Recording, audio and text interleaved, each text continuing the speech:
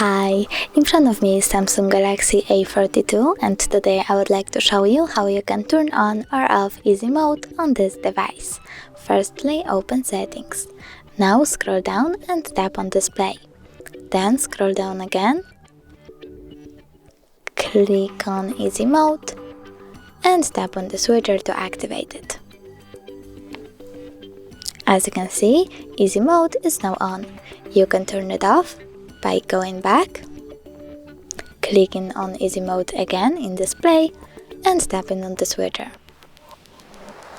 Thanks so much for watching. If you enjoyed this video, don't forget to leave a like, comment and subscribe. Bye!